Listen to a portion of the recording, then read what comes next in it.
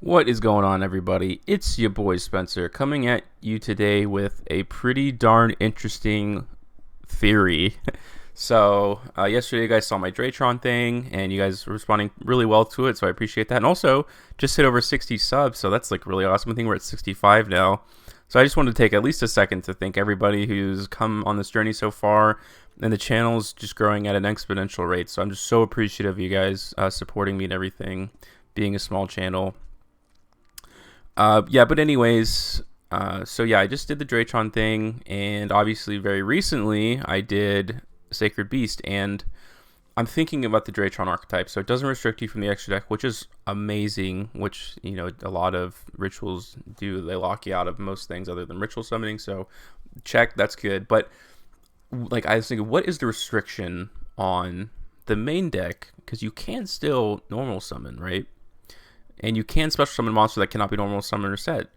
And I'm thinking Sacred Beast and Draitron kind of work together in a way, so I pulled them together. We're going to look at some tape today, guys. Nothing serious. I'm not going to show you some like Elvish matchup or something crazy like that. And I'm still refining the deck, so I don't want to show you guys the deck list just yet. But I do think there really is something here. And the thing is, like, if you get disrupted on one side, a lot of the times, you know, you have a backup plan. And also, I think Sacred Beast makes up for the card disadvantage that comes along with ritual summoning. And, you know, Draitron's okay for sure when it comes to this stuff in terms of card advantage, but it's still ritual summoning at the end of the day. So you guys can see here, I'm like popping off, I guess you can say, to trish your opponent. Which is, and also you can just trish your opponent every turn with Draitron, which is insane. But defining, but it's also not bad. And Appaloosa for 4 and protection, especially if this guy was in defense mode, I think that'd be insane. Because then you have a protected, you know, Appaloosa, and I'm able to just easily swing in for a game there. So the ceiling of this deck for sure for me, and once I want to start, you know, cutting down ratios, putting some more hand traps in there. Once I do that, I think the ceiling of this could be Rogue, and I say that with actual honesty. So here, I mean, I'm kind of setting myself for next turn. Drawing into the ritual card it's not the worst, honestly, but you know, these are some of the things you have to deal with Draitron anyways, consistency-wise, so I think it kind of makes up for it in that sense. It's a really good card. Deep of Blue Eyes. So here we go. And I don't, unfortunately, have this online, and I'm still drawing into it, but let's see what he goes for here. And so I'm just gaining a bunch of life points while he summons monsters, which is... This card's just really good. This is the hand trap, but every turn it's a continuous... I forget what it's like, Ghost Bell or something like that. So finally I draw into the ritual side of it. And I go for a Trishula, which is really nice because it's non-targeting banishment, which is insane. And also you can just trish your opponent every single turn in a very easy hand loop, which is just absolutely bonkers. And I get rid of his graveyard effect, obviously. I try to summon 2 Homons and end the game. Doesn't work out that way.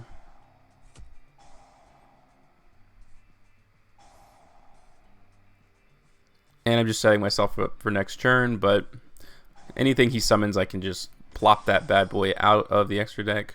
I should have. Sometimes I don't understand this card, but I don't know. What are you going to do? I still feel okay. He only has 1,000 life points, so all I have to do is like literally just ritual summon or something. I have so many options here. And just loop it. I go for the Draitron boss monster just cause. And that's plenty of free game. So there's Blue Eyes. That was actually not a bad Blue Eyes deck for sure. Blue Eyes inherently just has problems anyways. Although I think maybe the Guard Dragon would be better. This is probably the most competitive I'm going to be able to show you guys today. This is Invoked Shaddoll, which I know is kind of falling off the face of the planet because Eldritch, but I think if I think if Adamantipator's and Eldritch start taking a few hits on the ban list, which who knows when that will be, I think people will start to lean back towards Invoked Shaddoll. It's just that they're better options than Invoked Shaddoll, so no one's really playing it. But this wasn't the best opening. I mean, it's just unlucky to open both of these guys. It's just not going to happen a lot, but at the very least, this is 2 forms of interaction per turn, and I kind of know a little bit how to play around Shaddoll because I play them in my Slifer deck. So yeah, even though he chains Effect Veiler, I can definitely still use the effect before all of this goes off. And even though it's negated, like I said before, you can loop your Ritual Summon every turn, even if it technically doesn't bring you advantage. Although I think it does because... Okay, what if I had the other Draitron that adds a Ritual? It wouldn't have been a straight like 0, but so I'm feeling pretty good again. He negated his own effects. He goes for that, so basically I make him lose a turn because otherwise I think he would have tried to go off a lot more. And the thing about this deck is that you can have a lot of confidence in your top decks. Like either you're going to draw what you need for Sacred Beast or you're going to draw what you need for Ritual. All of them are 1-card combo starters, so you just kind of increase your chances of that consistency-wise. Like I said, there you go. You don't necessarily have to be nervous about what you draw off the top of your deck, especially because I already my 2 brickiest cards I already drew.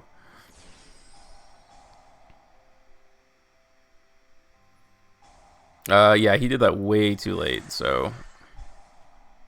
And there you go, and like I said, it kind of fills in for that gap. This may not have been my best play, but I probably should have gone into Cross Sheep and then Ritual Summoned.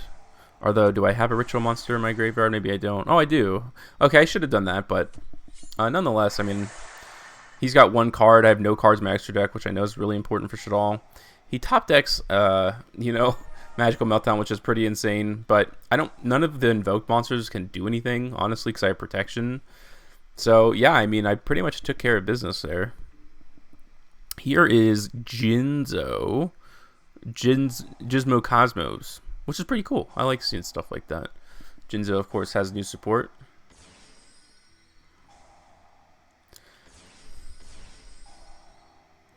So I'm gonna go into Lord of Red. And then obviously now here's step 2, you know, which is pretty cool.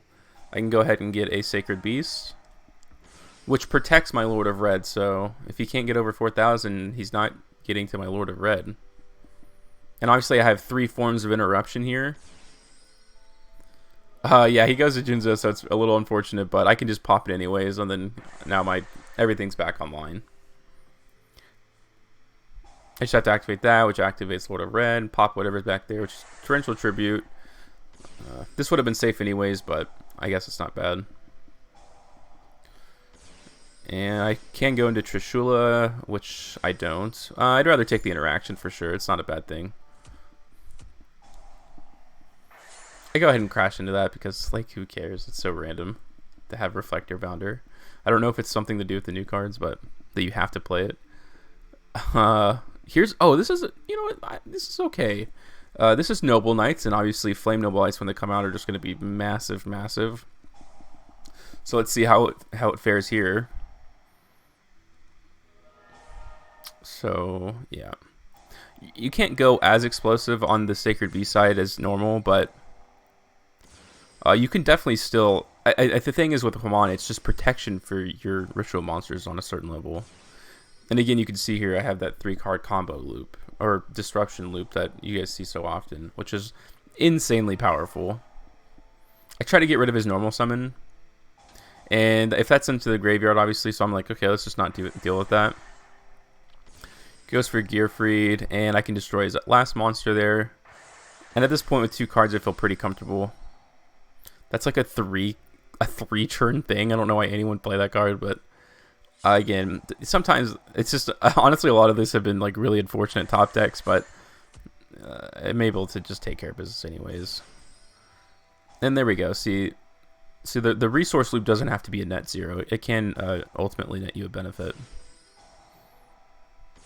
2 forms of interaction and a 4,000 attack monster on the on the board, and he doesn't get anything off the top. So you guys can see that. 2 more duels, and these are mirror matches. I just want you guys to see what it looks like against the regular version, I guess, of Sacred Beast. One of these I had a match with a guy that was actually like incredible. It was a really good matchup. It was against this guy. We had a lot of fun. He has like a very hand trap heavy version of Sacred Beast, which is what I run normally, and which I probably will run, but I don't know. I feel like there's a lot of potential here. Clear his board. We're both kind of brickying right now. He's got the Kaiju in his hand. Draws the Call by the Grave, which I guess is pretty good interaction, especially for now, but we're all just waiting to see what we can get. So he keeps drawing into his Disruption, unfortunately for me.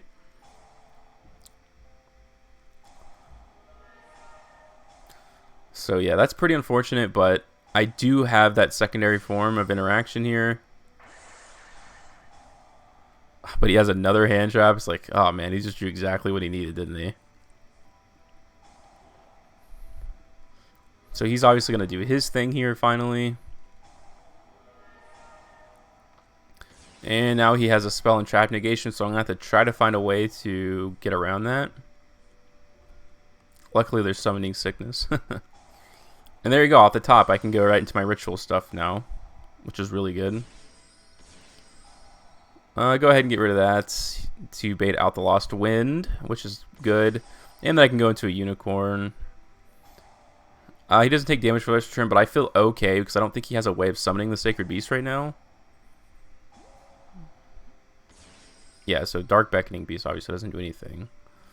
And again, now I'm live for my ritual stuff. And I can go into here, and now I can go into a Link 4, which is pretty good. I go into Zeraboros. I could have gone into like Access Code or something like that, but I tried to base my extra deck off of cards that I already own because I'm not buying an Access Code Talker, to be honest with you. I just can't afford it. So he top decks a Ash Blossom, and I'm good to go there. So I think I have one more Sacred Beast matchup to show you before we end the video today. So this is a pretty good opening for rituals. Might as well go for Lord of Red. It just gives you your best chance. Better than Unicorn, in my opinion. Or at least in my experience. And the thing is with this deck, I haven't decided if it's a going first or going second. I think once I have my hand traps, it'll be a little more well-defined. So he plays around Lord of Red, which is pretty good, but I'm going to be able to go into my place anyways. So he just keeps banishing. See, I don't really agree with playing Allure. I don't know. I guess that's pretty unlucky, but still, I mean, I feel like you need those dark monsters.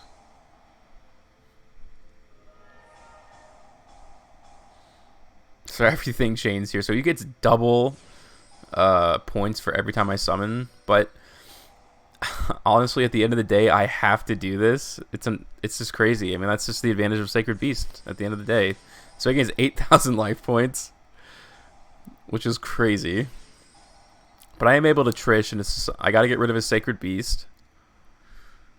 And I hit the card. I mean, that's just insane to hit that. But that's the thing. And now I can go into Sacred Beast, and my Trishula is protected.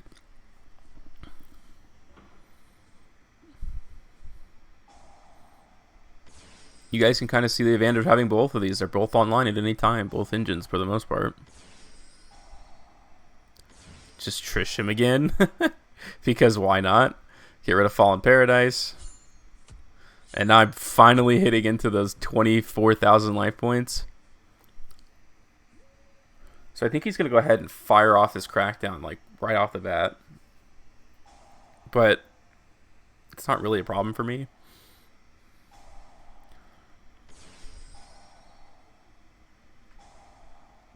Let's see what I go into here. I think I go into the boss monster. Yep, that's exactly what I do. Take that extra 1,000, go in for 4, and I can send these 2 cards to the grave if I feel like I need to, which I don't. And I can go ahead and negate that. I know what that means. And he ultimately surrendered after 24,000 life points, which is crazy. So that's the Sacred Beast Draitron deck. I'm definitely going to be bringing you guys more of these videos. I think they're really fun, or this archetype or deck, I should say. The two just have something. There's something there. Not perfect yet, but I do feel it. Let me know what you guys think about this deck in the comments down below. Other than that, guys, that's going to do it for today. Hope you have a great day, and I'll see you next time.